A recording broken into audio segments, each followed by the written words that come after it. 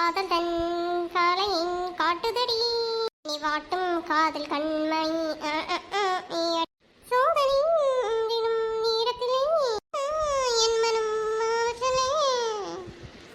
நல்லா தெரிஞ்ச பாட்டு தெரியுமா?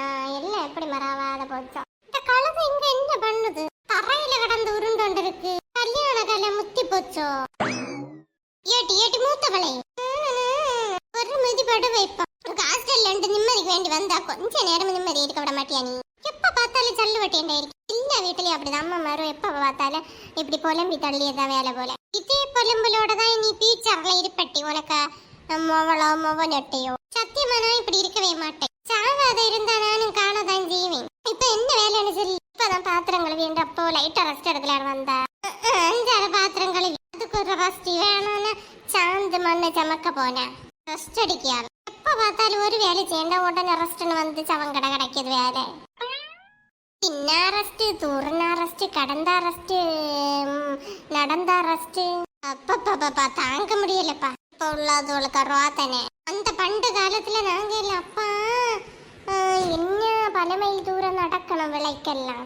அங்க போய் வாய்க்கால்ல போய் அந்த இது வெள்ளம் கோரிண்டு போவோம். அதப்படி ஒரு குடம் இடுப்புல ஒரு குடம் கையில போறா பதவிக்கு அந்த ஏதாவது சின்ன நண்டோல சிண்டோல நமக்கு தம்பி தங்கச்சி மறுபுறம் பொடியா இடுப்பணும். அது வளையும் இழுத்துண்டு வாரது ஒரு விரலால.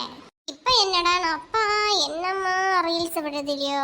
ரீல்ஸ் விட நான் இன்ஸ்டாகிராம்ல இருக்கிறோம். என்னட்டி உளறிய பின்ன அந்த காலத்துல 1008 சோழி எங்களுக்கு. இந்த கிழங்கு பிடுங்கணும், அதை உடச்சணும், பின்ன மாடை பால் கறக்கணும், சாணங்கி வாரணும், வக்கோல் கொடுக்கணும், சமயக்கட்டில் அது வேற போறாதுன்னு இது எக்ஸ்ட்ரா வேலை வேற எங்களுக்கெல்லாம். அப்படி ஓடா தேஞ்சு ராத்திரி உறங்க நேரம் நடு ராத்திரிக்கு தான் ரெஸ்ட் எங்களுக்கு. இப்போ என்னடா ஒரு துரும்ப இங்க எடுத்து வச்சனா அவ்வளவுதான். அதுக்கு ஒரு ரெஸ்ட் இவ்வளோக்கெல்லாம். அது இப்போ உள்ள காலம் அப்படி. அந்த காலத்துல மெஷின் ஒன்று வரல. இப்போ எல்லாத்தையும் மெஷினு, மாவர சொக்கு, கிரைண்டர். அந்த காலத்துல நீங்க என்ன அந்த மாவாட்டுவியா அந்த கல்லுல அது நிறைய வேலை கூடுதல் உங்களுக்கெல்லாம். பின்ன துணி நினைச்சோக்கணும் இல்லைன்ட்டு வாஷிங் மெஷின். அதுவும் சிலவிய கையால நினைப்பேன். நான் இப்போ நிறைய வேற வீட்டில் அது இருக்கு. பின்ன பிறச்சிருக்கு. ஒரு வாரத்தை தேவையான எல்லா சாதனங்கள் மீன் வகை காய்கறி எல்லாம் வேண்டி வச்சது.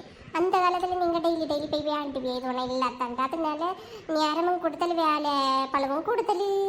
பின்ன என்ன நடையணும் நடப்பியா வண்டி வந்து எங்கேயாவது தூரத்தில் தான் கிட்டேன். இப்போ அப்படி இல்லை. ஒரு வீட்டிலேயே அப்பா பைக்கு காரு சைக்கிள் அது இதுன்னு மலி இது கடந்து. பின்ன மிக்சி அரைச்சோக்கு. அந்த காலத்தில் நீங்கள் அம்மியில் அரைப்பியா அதனால வேலை கூட்டுதல். பின்ன என்ன இப்போ கேஸ் உண்டு. கேஸ் அடுப்பில் அதை எல்லாம் சமையல முடிச்சியது. கொஞ்சம் அடுப்பங்கரையிலே பண்ணியது. அந்த காலத்தில் அது ஒன்றும் இல்லை. ஃபுல்லாக அடுப்பங்கரை.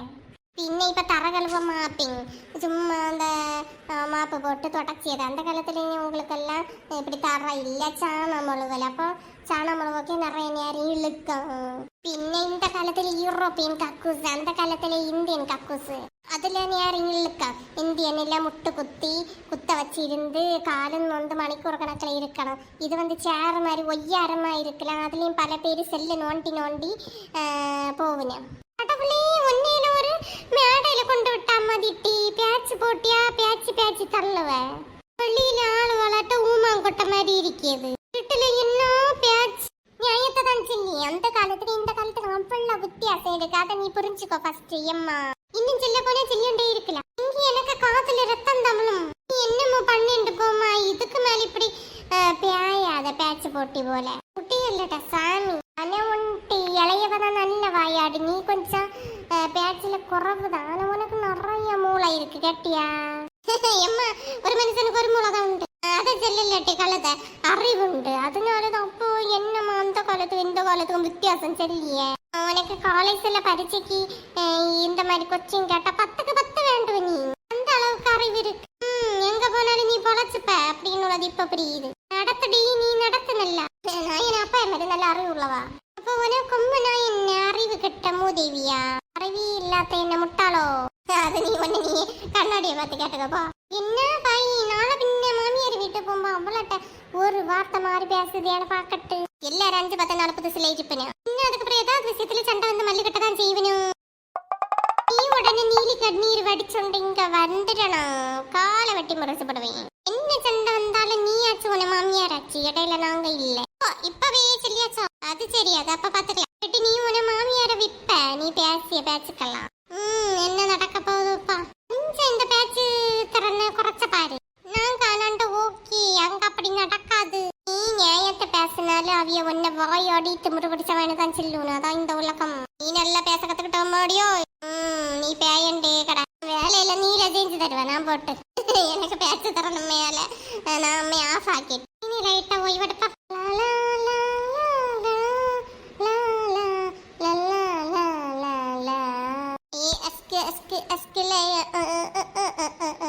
இப்ப കുറച്ച് നാളാ മ്യൂസിക് കേൾക്കാത്ത ഉടനെ എല്ലാ പാട്ടുകളും മറന്നിருக்கு. வீட்டுல ஆளு யாரு மணி?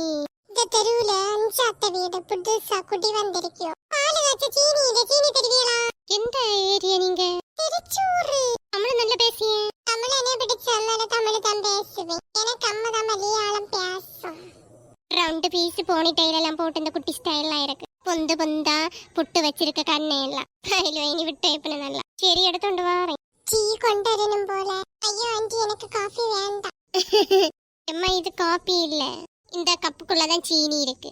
ஓ அப்படியா? புதுசா நமக்கு ஏரியாவுக்கு குடி வந்திருக்குதியோ, ரொம்ப நல்லது. அம்மா, என்ன பண்ணி நீ படிச்சதியோ? விஸ்காம் படிச்சு ஃபர்ஸ்ட் இயர் தான். நல்ல படிப்பு தான்.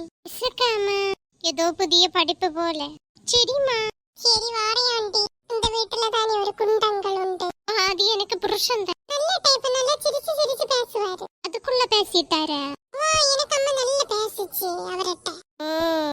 பாக்கெட் இந்த மனுஷனு நல்ல கறி மலையாளம் தான் பேசுவேன்னு சொன்னாரு. அந்த நீ சொன்ன அந்த குட்டி அப்படிதான் சொல்லிச்சு. இவருக்கு ஒரு மாதிரி தானே தெரியும் எப்படிதான் பேசினாரு. அந்த பரவ நீ கேளு.